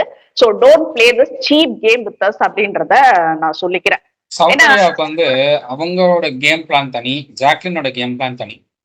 ஆமா, சௌந்தர்யா வந்து கம்ப்ளீட்டா என்டர்டைன்மெண்ட்ல அவங்க காட்டிக்கிட்டாங்க. என்டர்டைனரா அவங்க தன்னை வெளிக்காட்டிக்கிட்டாங்க. ஜாக்லின் வந்து என்டர்டைனரா அவங்கள காட்டாம டாஸ்க்ல அவங்க தன்னை வந்து நிரூபிச்சாங்கன்னு பார்க்க. அவங்க ஜாக்லின் இது வரைக்கும் எவ்வளவு டாஸ்க் விளையாண்டாலும் இந்த டாஸ்க்ல அந்த டீம் அவங்க ஜெயிக்க வச்சிருக்காங்க. அதுதான் அந்த 100% கொடுத்துருக்காங்க டாஸ்க்ல அப்படின்னு பார்க்க முடியும். அதுதான் வந்து ஜாக்லினோட கேம் பிளே. சௌந்தர்யா டாஸ்க் அட்டம் பண்றாங்க, சில டாஸ்க் முடியுது, சில டாஸ்க் முடியல அவங்களால. பட் ஸ்டில் அவங்க வந்து என்டர்டெயின் பண்றாங்க மக்களை. அவங்க ரியாக்ஷன்ஸ் ஆகட்டும், அவங்களுடைய பேச்சாகட்டும், அவங்க காமெடியா பேசுற விஷயங்கள் ஆகட்டும், தெரியாத சில விஷயங்களை வந்து தெரிஞ்ச மாதிரியே பேசுறதாகட்டும், அதெல்லாம் காமெடியா போகுது. மக்கள்கிட்ட நல்ல காமெடியா போய் சேருது, கொஞ்சம் என்டர்டெய்னிங்கா இருக்கு. அதனாலயும் அதனாலதான் சௌந்தர்யா வந்து ரொம்ப நாள் பிக் பாஸ் வீட்டுக்குள்ள இருக்காங்கன்னு பார்க்க முடியுது. ஜாக்கும் அதே மாதிரி தான். ஜாக் வந்து என்டர்டைனிங்ல பெரிய அளவுல கான்சன்ட்ரேட் பண்ணலாம் அப்படின்னாலும் டாஸ்க்ல கான்சன்ட்ரேட் பண்ணாங்க. டாஸ்க் 70%, என்டர்டைனிங் செக்டர் வந்து 30% யூஸ் பண்ணிட்டாங்க. இவங்க வந்து டாஸ்க் 20%, என்டர்டைனிங் பண்றது வந்து 80% எடுத்துட்டாங்க சௌந்தர்யா. ஸோ அதனால ரெண்டு பேருக்கும் வித்தியாசங்கள் இருக்கு. ரெண்டு பேரும் வந்து இவங்களை விட அவங்க நல்லா கேம் ஆடுறாங்க, அவங்கள விட இவங்க கேம் ஆடுறாங்கன்னு சொல்ல முடியாது. ஜாக்லின் கிட்ட நீங்க கேள்வி கேட்டீங்கன்னா முத்துக்குமரன், சௌந்தர்யா இவங்க நல்லா கேம் ஆடுறாங்கன்னு ஜாக்லின் சொல்லுவாங்க. சௌந்தர்யாட்ட கேள்வி கேட்டாங்கன்னா என்னை விட ஜாக்லின் நல்லாவே கேம் ஆடினான்னு தான் சொல்லுவாங்க. அவங்க எங்கேயுமே வந்து ஜாக்கோட நான் நல்லா ஆடினேன்னு சொல்ல மாட்டாங்க சௌந்தர்யா. ஏன்னா ரெண்டு பேருக்கும் ஒரு நல்ல புரிதல் இருக்கு, ரெண்டு பேருக்குள்ள நல்ல ஃப்ரெண்ட்ஷிப் இருக்கு. ஸோ அதனால வந்து எனக்கு தெரிஞ்சு இவர் டபுள் கேம் ஆடிட்டு இருக்காருன்னு பாக்குறேன். நான் ரவீந்தர் வந்து உள்ள போயிட்டு வந்ததுக்கு அப்புறம் டபுள் கேம் ஆடிட்டு இருக்காருன்னு பாக்குறேன். மேபி வெளியில நம்ம வந்து சௌந்தர்யாவுக்கு நல்ல ஃபேன் பேஸ் இருக்கு அப்படிங்கிறதுனால நம்ம எதையும் பேசக்கூடாது அப்படின்னு நினைச்சு பேசுறாரோ நம்ம தெரியல. சௌந்தர்யாவுக்கு மட்டும் இல்ல, ஜாக்லினுக்கு ஒரு நல்ல ஃபேன் பேஸ் இருக்குங்கிறத ரவீந்தர் புரிஞ்சுக்கணும். கண்டிப்பா கண்டிப்பா. ஏன்னா ஒருத்தரோட ஹார்ட் ஒர்க் எல்லாம் வந்துட்டு கேவலப்படுத்த கூடாதுன்றதுதான். நீ இப்ப 100 நாள் டச் பண்ணிருக்காங்க, அப்ப அவங்களுக்கு எல்லாம் எவ்வளவு டேலண்ட் இருக்கணும். நான் பவித்ராவை சொல்றேன், ரயானா சொல்றேன், எல்லாரையுமே சொல்றேன். எந்த அளவுக்கு அவங்களுக்கு டேலண்ட் இருந்தாக்கா அந்த 100 நாள் மென்டலா அவங்க அந்த வீட்டுல உட்கார்ந்துட்டு இருக்காங்கன்னு சொல்லிட்டுன்னு யோசிக்கணும். அனாவசியமா 100 நாள் இருந்துட்டு அதுவும் ஒரு முயற்சி எடுத்து ஒரு 2 செகண்ட்ல வந்துட்டு வெளியில போன பொண்ணை பத்தி நீங்க இப்படி அபத்தமா நீங்க இங்க வந்துட்டு ஸ்பேஸ்ல உட்காந்து பேசிட்டு இருக்கீங்க. அவங்களுக்கெல்லாம் எப்பதான் இது வரப்போகுதுன்றது எங்களுக்கு தெரியல. இப்படியே பேசி பேசி பேசியே ஒவ்வொருத்தர் வாழ்க்கையும் அழிச்சிட்டு இருக்கீங்கன்றதுதான் நான் சொல்ல வரேன் நானு. இதுல இன்னொரு விஷயம் கூட நடந்தது. ஆர்ஜே ஆனந்தி வந்துட்டு கரெக்டான விஷயத்த சௌந்தர்யாக்கு சொல்லிட்டாங்களாம் இந்த நெகட்டிவ் பிஆர பத்தி. என்னன்னாக்கா வெளியில வந்து பாரு உன் பேரை எப்படி கெடுத்திருக்காங்கன்னுட்டுன்னு சப்போர்ட் பண்ற மாதிரி பேசிட்டாங்களாமா. இது எப்படி இது நியாயம்னு கேக்குறேன். வெளியில நடக்கிற விஷயத்த நீ யாருமா உள்ள போய் சொல்றதுக்கு? இப்ப வெளியில வந்தா பாத்துக்கதான் போறாங்க. இப்போ வந்துட்டு நடுவுல பாத்துட்டு உங்களை மாதிரி வந்துட்டு எவிக்ட் ஆகி போய் பாத்துட்டு திரும்ப உள்ள வர போறது இல்ல. எவிக்ட் இப்போ ஆர்ஜே ஆனந்திக்கு ஒரு ஃபேன் பேஸ் இருக்குன்னு வச்சுக்கோங்க. ஆர்ஜே ஆனந்திய சௌந்தர்யா ஏதாவது தப்பா திட்டாங்க, இல்ல ஆர்ஜே ஆனந்திய வந்து அலற அளவுக்கு சௌந்தர்யா ஏதாவது பேசிட்டாங்க அப்படின்னா அந்த ஃபேன் பேஸ் சௌந்தர்யா சும்மா விடுமா? விடுவாங்களா? கேள்வி கேட்பாங்க. கேள்வி கேட்கறதெல்லாம் வந்து உங்களுக்கு வந்து தப்பா தெரியுது அப்படின்னா நீங்க வந்து கேள்வி அக்செப்ட் பண்ணிக்கிற இடத்துல நீங்க இல்லைன்னு தான் சொல்லணும். நீங்க வந்து கேள்வி அக்செப்ட் பண்ணிக்க மாட்டேங்கிறீங்க. நான் பண்றது சரிங்கிற இடத்துல நீங்க பாக்குறீங்க. நீங்க பண்றது தப்புன்னு அவங்க ஃபேன் பேஸ் நினைக்கிறாங்க, அதனால கேள்வி கேட்கிறாங்க. இது வந்து ஃபேன் பேஸ் தானே தவிர நெகட்டிவ் பிஆர் பாசிட்டிவ் பிஆர்லாம் கிடையவே கிடையாது. ஃபர்ஸ்ட் இந்த பிஆருங்கிற வார்த்தையே வந்து ஏன் இந்த சீசனுக்குள்ள வந்துச்சுன்னு எனக்கு தெரியல. ஏன்னா எல்லாரும் பிஆர் செட் பண்ணியிருக்கீங்க. இவங்க ஆனந்தி உட்பட எல்லாரும் பிஆர் செட் பண்ணியிருக்காங்க. எனக்கு தெரிஞ்சு பிஆர் செட் பண்ணாத சில பேருன்னா ஜெஃப்ரி சொல்லலாம், இவர் ரஞ்சித் சார் சொல்லலாம். இப்படி ஒன்னு ரெண்டு பேர் தான் பிஆர் செட் பண்ணல. சத்யா கூட எனக்கு தெரிஞ்சு பிஆர் செட் பண்ணல. சத்யா வந்து அவர் நினைச்சிருந்தா பிஆர் செட் பண்ணிருக்கலாம். அவங்க வைஃப் வந்து அதை மேனேஜ் பண்ணிருக்கலாம் அழகா. அவங்க கூட பிஆர் செட் பண்ணாம அந்த ஃப்ளோல என்ன வருதோ அதை பாத்துக்கலாங்கிற ரேஞ்சில் தான் போயிருக்காங்க. தீபக்கும் அதே மாதிரி பிஆர் செட் பண்ணல. தீபக் அவங்களுடைய வைஃப் தான் அதுக்கப்புறம் லாஸ்டா ஓட் கேட்டு ட்விட்டர்ல போஸ்ட் போட்டாங்களே தவிர அவர் கூட பிஆர் செட் பண்ண மாதிரி இல்லை. ஸோ அதனால ஒரு குறிப்பிட்ட ஒரு அஞ்சு பேர் தான் என்னமோ பிஆர் செட் பண்ணாம உள்ள போயிருக்காங்க. மற்ற எல்லாரும் பிஆர் செட் பண்ணி வச்சிருக்காங்க. மற்ற எல்லாருக்கும் பிஆர் இருக்கு. அப்படிங்கிறப்போ நீங்க ஒரு பொண்ணு மட்டும் பிஆர் செட் பண்ணிருக்கு, பிஆர் செட் பண்ணிருக்கு, பிஆர் செட் பண்ணிருக்குன்னு மறுபடியும் அந்த பொண்ணையே டார்கெட் பண்ணிட்டு இருந்தீங்கன்னா உங்களுடைய தப்பை நீங்க மறைக்கிறதுக்காக இன்னொருத்தர் மேல நீங்க குற்றம் சாட்டுறீங்கன்னு சொல்ல முடியும். அந்த இடத்துல வந்து நீங்க கேள்வி கேட்கறது தப்பு, நீங்க எங்களை குற்றம் சொல்றது தப்பு அப்படின்னா அது உங்களுடைய பார்வை. அவங்கவுங்க ஃபேன் பேஸ் கேள்வி கேட்கதான் செய்வாங்க. இதுல இன்னொரு விஷயம் ஒண்ணு ஓடுது, என்ன தெரியுமா? விஷ்ணு வந்துட்டு போன சீசன்ல செஞ்ச தப்ப வந்துட்டு இப்போ சௌந்தர்யாவை வச்சு நிறைவேற்றிக்கிறதுக்கு பாக்குறாரு, அத வந்துட்டு அதை அழிக்க பாக்குறாரு அப்படின்னா ஓகே ஃபைன்ன்றேன் நானு. வாட் இஸ் ராங் இன் தட்ன்னு கேக்குறேன். அப்போ விஷ்ணுவுக்கு தான் பண்ணது தப்புன்னுட்டு ரியலைஸ் ஆயிடுச்சு இல்ல, அந்த என்ன சொல்றது அந்த கரையை அந்த அழிக்கணும்னு பாக்குறாரு இல்ல. சௌந்தர்யா மாதிரி ஒரு கியூட்டா இன்னசென்ட் ஒரு பொண்ணை தேர்ந்தெடுத்திருக்காரு இல்ல. எதுக்கு குற்றத்திலேயே வாழணும்னு கேக்குறேன் நானு. அந்த குற்றத்தை கடன் அந்த இடத்த விட்டுட்டு வந்துட்டு ஒரு நியாயமா வாழட்டுமே, இப்ப என்ன பிரச்சனைன்னு கேக்குறேன். இதுல என்ன தப்பு இருக்கு விஷ்ணுவுக்கு வந்துட்டு இந்த அளவுக்கெல்லாம் வந்துட்டு நீங்க பேசிட்டு இருக்கிறது விஷ்ணுவை பத்தி அப்படின்றது எனக்கு புரியல. அண்ட் லாஸ்டா தீபக் பத்தி பேசணும் ஹரிஷ் நானு. தீபக் வந்துட்டு நான் வந்துட்டு நிறைய சொல்லியிருக்கேன். நான் அவர் வீட்டுல எலி வெளியில தான் புலின்னுட்டு, அதனாலதான் அவருக்கு அந்த பாசி திங்கே வந்திருக்கு அப்படின்றத நான் சொல்லியிருக்கேன். இப்ப முத்துக்குமரன் கிட்ட உட்கார்ந்து ரொம்ப அந்யோன்யமா ரெண்டு பேரும் பேசிட்டு இருக்காங்க. என்ன சொல்றாருனாக்கா வீட்லயே வந்துட்டு நிறைய சேஞ்சஸ் இருக்கு. நான் பேசுறத கேக்குறாங்களான்னு கூட எனக்கு தெரியாது. பட் இப்போ வந்துட்டு அதுக்கு இம்பார்ட்டன்ஸ் கொடுக்குறாங்க. நான் பேசுறத கேக்குறாங்கடா, இவ்வளவு நாளும் கேட்பாங்களா, அதுக்கு வேல்யூ இருக்குமான்னு நினைச்சேன். பட் இப்போ வேல்யூ கொடுப்பாங்களான்னு தெரியாம இருந்தது. பட் இப்போ வந்துட்டு நல்ல டிஃபரன்ஸ் தெரியுது அப்படின்றத தீபக் சொல்லியிருக்காரு. So Ranjini, this is what I said you.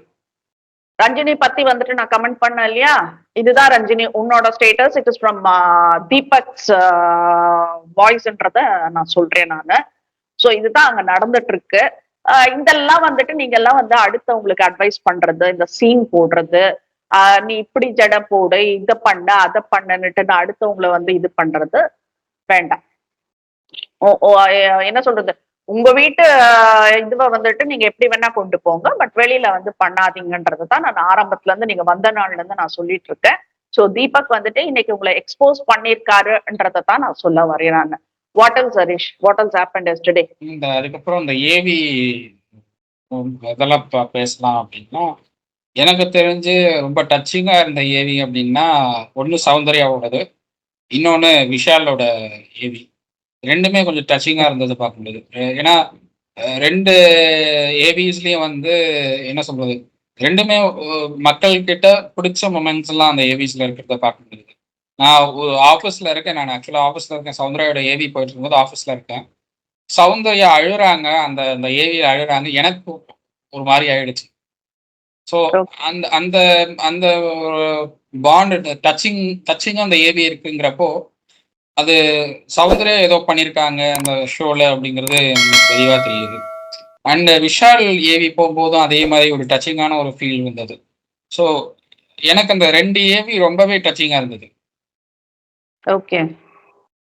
So Vishal and Sachana சொல்றேன். ஐ மீன் சௌந்தர்யா சொல்றேன். இன்னொரு விஷயம் நான் சொல்லணும். தர்ஷிகாவோட மேட்டரு. இப்ப தர்ஷிகா வந்துட்டு எல்லாருக்கிட்டையும் சொல்லிட்டாங்க இதெல்லாம் நடக்குதுன்னுட்டுன்னு. நான் நேத்து பேசினதுதான். விஷாலும் அன்ஷிதாவும் ரொம்ப ஓவரா பண்ணிட்டு இருக்காங்க. அது கூட அந்த ஒரு பொண்ணு முன்னாடி பண்றப்ப அந்த ஹர்ட்டிங் இருந்துட்டே இருக்கும்ல. சௌந்தர்யா கலாய்க்கிறதுக்காக தன்னோட ட்ரெஸ்ஸை கொடுக்குறாங்க தொடச்சுக்கோ அப்படின்னு சொல்லிட்டு. நான் இதெல்லாம் வர்த்தே கிடையாது. நம்மளுக்கு ஒருத்தர் மேல வந்துட்டு அந்த ஒப்பீனியன் இருந்தாதான் வந்துட்டு அது இதெல்லாம் வரும், ஹர்ட் ஆகும். இப்ப எனக்கு ஹர்ட் ஆகாதுன்னு சொல்றாங்க. பட் ஸ்டில் அவங்க கண்ணுல வந்துட்டு அந்த வலி தெரியுது. யாரா இருந்தாலுமே கொஞ்சம் இந்த மாதிரி விஷயங்கள் எல்லாம் வந்துட்டு பாத்துக்கிறது நல்லதுன்னு நினைக்கிறேன். நீங்க ஓகே, நீங்க என்ன சொல்றது, 2 பேரும் பேரா போங்க, அது வேண்டாம், அந்த பொண்ணு எதிரில வேண்டாமேன்றதுதான். சோ எல்லாம் நேத்து கிளம்பி வந்துட்டாங்கன்னு நினைக்கிறேன் வெளியில. ஏன்னா அவர் ஸ்பேஸ்ல வந்து நேத்து தான் பேசியிருக்காருன்னு நினைக்கிறேன். வேற என்ன நியூஸ் இருந்தது ஹரிஷ்? ஆல்மோஸ்ட் இதுக்கு மேல எல்லாம் கவர் பண்ணிட்டோம். இன்னைக்கு வந்து ஃபினாலேக்கான எல்லா ப்ராசஸும் பண்ணிட்டு இருக்காங்க. ஸோ நாளைக்கு ஈவினிங் 6:30க்கு 6:30 நினைக்கிறேன் ஃபினாலே லைவ் ஸ்டார்ட் ஆகுது. ஸோ அதில் தான் நம்மளுக்கு கன்ஃபார்மா யார் வரப்போறாங்க, ஃபைனலா வின்னர் யாரு ரன்னர் யாருங்கிறது அப்பதான் தெரியும். நாளைக்கு மார்னிங்க்கு மேலதான் தெரியுங்கிறாங்க. பிக் பாஸ் டீமோடைய பிஆர்ஓ சைட்ல நாங்க கேட்ட வரைக்கும் நாளைக்கு மார்னிங் தான் தெரியும். இப்போதைக்கு எதுவும் சொல்ல முடியாது. ஏன்னா கவுண்டிங்கே என்ன முடியலங்கிறாங்க. கவுண்டிங்கே முடியாததுக்கப்புறம் ஃபினாலேல யார் வினர் யார் ரன்னர்னு இவங்க எப்படி சொல்றாங்கன்னு புரியல. பட் அதை வெயிட் பண்ணி தான் பார்க்கணும். ஏன் இந்த மாதிரி தகவல்கள் வெளியில வந்துட்டு இருக்கு அப்படிங்கறத வெயிட் பண்ணி தான் பார்க்கணும். ஒருத்தர் ஜெயிக்கணுங்கிறதுக்காக இன்னொருத்தர் டவுன்கிரேட் பண்ணி இவங்க ரன்னரே இல்லை இவர் தான் வின்னர்னு சொல்லி பண்ணிட்டு இருக்கிறது அது ஏன் அப்படிங்கிறது புரியல.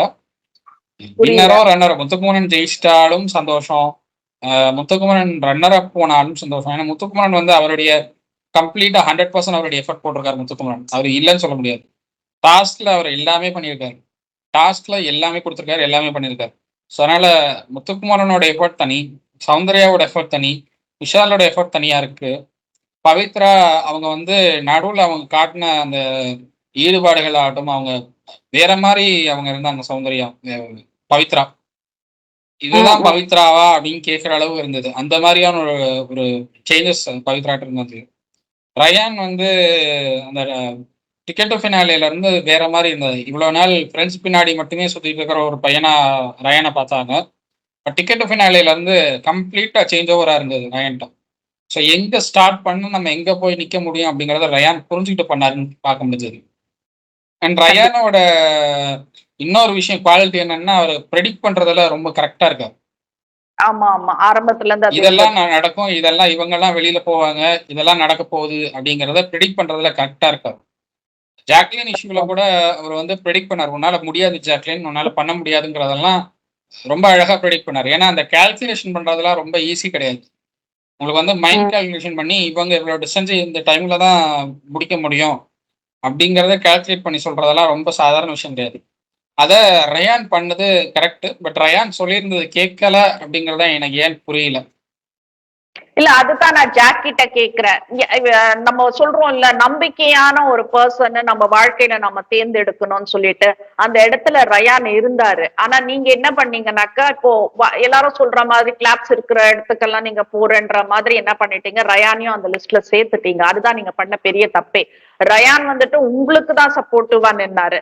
நீங்க என்ன பண்ணீங்க, இந்த ஈக்கள்ல மூச்சுட்டு உங்களுக்கு தவறான ஒரு வழியை காட்டினாங்க பாரு, அதுல மயங்கிட்டீங்க. உன்னால முடியும். ஜெப்ரி அதுதான் சொன்னா, எதுக்கு முடியாததுக்கு ஹோப் கொடுக்கணும் அப்படின்றதுதான் ஜெப்ரி கேட்டது. எல்லாருக்கும் தெரியும் ரயான் அவ்வளவு தூரம் சொல்றாரு, போற வரைக்கும் சொல்றாரு பாதியில வந்துடுன்னு சொல்லிட்டுன்னு. சோ இது தெரியல, இது ஜாக் வந்துட்டு லைஃப்ல கண்டிப்பா ஒரு நல்ல ஃப்ரெண்ட் உனக்கு அமையணும்ன்றது வந்துட்டு நான் நிஜமாவே ப்ரே பண்ணிக்கிறேன். ஏன்னா உன்னோட ஹார்ட் ஒர்க் என்னால இதுல பார்க்க முடிஞ்சது. சோ ஆஸ் யூ சே வந்துட்டு முத்துக்குமரனுக்கு கிடைச்சாக்கா எனக்கு சந்தோஷம் நீ சொன்னதுல எனக்கு உடன்பாடு கிடையாது. முத்துக்குமரனுக்கு இப்ப எல்லாருமே இப்ப போட்டுட்டு இருக்கிறது என்னன்னாக்கா தமிழுக்கு கிடைத்த வெற்றியா, எது இந்த தான்ட்டு போட்டு பேசுறது தமிழுக்கு கிடைத்த வெற்றியா, தமிழை வந்து அசிங்கப்படுத்திருக்கீங்கய்யா. நான் எனக்கு தெரியல, இந்த தமிழ்னுட்டு நீங்க என்னத்துக்கு இப்படி மூச்சுக்கு 300 தடவை நீங்க பேசிட்டு இருக்கீங்கன்றதே எனக்கு புரியல. இனிஷியலா நான் சொன்ன மாதிரி வந்துட்டு I am basically from Bengaluru. பெங்களூர்ல இருக்கிறவங்களுக்கு தெரியும், இந்த அல்சூர் லேக் கிட்ட வந்துட்டு ஒரு திருவள்ளுவர் சிலை இருக்கும். அந்த திருவள்ளுவர் சிலை வைக்கிறதுக்கு வந்துட்டு முக்கியமான சில நபர்களில் எங்க அப்பாவும் ஒருத்தர். எங்க கர்நாடகால திருவள்ளுவர் சிலை பத்தி பேசிட்டு இருக்கேன் நானு. சோ நாங்கெல்லாம் வந்துட்டு அந்த தமிழன் பேசலாமே தவிர, தமிழ்நாட்டுல பிறந்துட்டு நீங்க பேச்சாளர்னுட்டு இந்த பா போட்டு பேசுறது, அசிங்கமா பேசுறது, ஆபாச வார்த்தைகள் எல்லாம் பேசுறதெல்லாம் வந்துட்டு சூப்பர். இதுக்கு இன்கேஸ் வந்துட்டு பிக் பாஸ் டைட்டில் கொடுத்தாருனாக்கா மிக்க மிக்க நன்றி பிக் பாஸ் அவர்களே. எண்டமல் பானிஜே, இட்ஸ் a வெரி கிரேட் ஒர்க்ன்றத நான் சொல்லிடுவேன் நானு. என்ன பண்ணணுமோ நீங்க பண்ணிக்கோங்கன்றதான் நான் சொல்ல வரேன். What else Harish? அவ்வளவுதான், எல்லாம் கவர் பண்ணிட்டோம் நம்ம. இதுக்கு மேல நம்ம ஃபைனல் ஆயிட்டதான் பார்க்கணும் என்ன பண்றாங்க அப்படிங்கறத நம்ம ஃபினாலே பார்க்கணும் தெரியும். ஸோ வெயிட் பண்ணி பார்க்கணும், ஒரு நாள் தானே இருக்கு, வெயிட் பண்ணி பார்க்கலாம். ரயானுக்கு கலர் எல்லாம் சேஞ்ச் பண்ணிட்டாங்க, டை அடிச்சுட்டாங்க போல. எல்லாம் டை பண்ணிருக்காரு ரயானா. எல்லாருக்கும் மேக்கப்லாம் வந்து பண்ணி கொடுத்துருக்காங்க, எல்லா ஹேர் ஸ்டைல்லாம் வந்து மாத்திருக்காங்க எல்லாரும். ஸோ அதனால டிஃப்ரெண்டான லுக்ல எல்லாம் வர போறாங்க அப்படிங்கிறது தான் விஷயம். அது இன்னொரு விஷயம். எப்படி வந்தாலும் இந்த ஒரு பாயிண்ட் எனக்கு வந்துருது, நான் என்ன பண்ணட்டோன்றது தெரியல. அங்க எல்லாருமே வந்துட்டு அந்த மேக்கப்க்கு இதுக்கு க்ரூமிங்காக போயிட்டு அங்க ஒரு பியூட்டிஷியன் இது எடுத்துக்கிறதுக்கு உட்கார்ந்துட்டு இருக்காங்க எல்லாரும். முத்து எல்லாருக்கும் வந்துட்டு ஏதோ சாக்லேட் எடுத்துட்டு போய் கொடுத்துட்டு இருக்காரு. நீ இந்த மாதிரி வந்துட்டு சாக்லேட் ஏன் எடுத்துட்டு போய் கொடுத்தாருன்னா ரயான் கேட்டாரு. ரயானுக்கு வந்து அந்த கலரிங் ப்ராசஸ் முடியறதுக்கு டைம் ஆகுது. ரயான் எனக்கு பசிக்குதுங்கிறாரு. சௌந்தர்யா வந்து வெளியில போறேன்ட்டு அந்த கதவை டோர் ஓபன் பண்ணாங்க, ஓபன் பண்ண முடியல. ஒரு 15 மினிட்ஸா வந்து ட்ரை பண்ணாங்க சௌந்தர்யா, டோர் ஓபன் பண்ண முடியல. அப்புறம் ஒரு ஹாஃப் அன் ஹவர் கழிச்சு டோர் ஆட்டோமேட்டிக்கா ஓப்பன் ஆச்சு. இவங்க சௌந்தர்யா உள்ள போனாங்க. சௌந்தர்யாவும் முத்துக்குமரனும் தான் பிஸ்கெட்ஸ் தேடினாங்க ஃபர்ஸ்ட். பிஸ்கெட் கிடைக்கல. அதனால என்ன பண்ணாரு அப்படின்னா, முத்துக்குமரன் நீங்க சாக்லேட்ஸ் எடுத்துட்டு போங்கன்ட்டாங்க சௌந்தர்யா. சாக்லேட் எடுத்துட்டு போங்க, அவன் ரயான் சாப்பிடுவான், அதெல்லாம் சாப்பிடுவோம் அப்படின்னு சொல்லி சௌந்தர்யா கொடுத்து விட்டாங்க. சௌந்தர்யா கொடுத்து விட்டதை இவர் உள்ள கொண்டு போய் ரயான்ட்டையும் பவித்ராட்டையும் கொடுத்தாரு. ஸோ அது அவங்க கேட்டுதான் பண்ணாரு, கேட்காம பண்ணல. அவங்க கேட்டாங்க பசிக்குது எங்களுக்கு அப்படின்னா. இல்ல நாட் தட். நான் I'm not talking about Rayan and Pavithra. அங்க இருக்கிற அவங்க வந்து அந்த பியூட்டிஷியன்ஸ்க்கு எல்லாம் வந்துட்டு எடுத்துட்டு போயிட்டு இந்தாங்க எல்லாருக்கும் வந்து ஷேர் பண்ணணும்னு கொடுத்துட்டு இருக்காரு. இல்ல நான் அததான் சொல்றேன். நான் இப்ப எல்லாருக்கும் வந்துட்டு காமனான ஒரு வீடு அது. நீ வந்துட்டு எல்லா இடத்துலயும் வந்துட்டு விருந்தோம்பல்ன்ற மாதிரி நீ காட்டிட்டு இருக்க. வந்த விருந்தாளிய ஹர்ட் பண்ணி அனுப்புற, இன்சல்ட் பண்ணி அனுப்புற. இந்த விருந்தோம்பல் இதெல்லாம் காட்டுறதுக்கு தயவு செய்து உங்க அப்பாவுக்கு ஒரு செருப்பு வாங்கி கொடுத்துருப்பா. இல்லைன்னா இந்த பிக் பாஸ் முடிச்சுட்டு வாப்பா, எங்க இடம்பலங்க கான்டாக்ட் பண்ண, நாங்க வாங்கி கொடுக்குறோம், வாங்கிட்டு போய் உங்க அப்பாவுக்கு போடுப்பான்றதுதான் நாங்க சொல்ல விரும்புறோம். ஓகே ஹரிஷ், பேசிட்டு இருந்தா பேசிட்டே இருப்பேன் நானு. So let's see today what's happening. அப்புறம் பார்த்துட்டு நம்ம ப்ராப்பர் ரிசல்ட் வரட்டும், நம்ம அபிஷியலா நாளைக்கு அனௌன்ஸ் பண்ணிக்கலாம். Okay, thank you.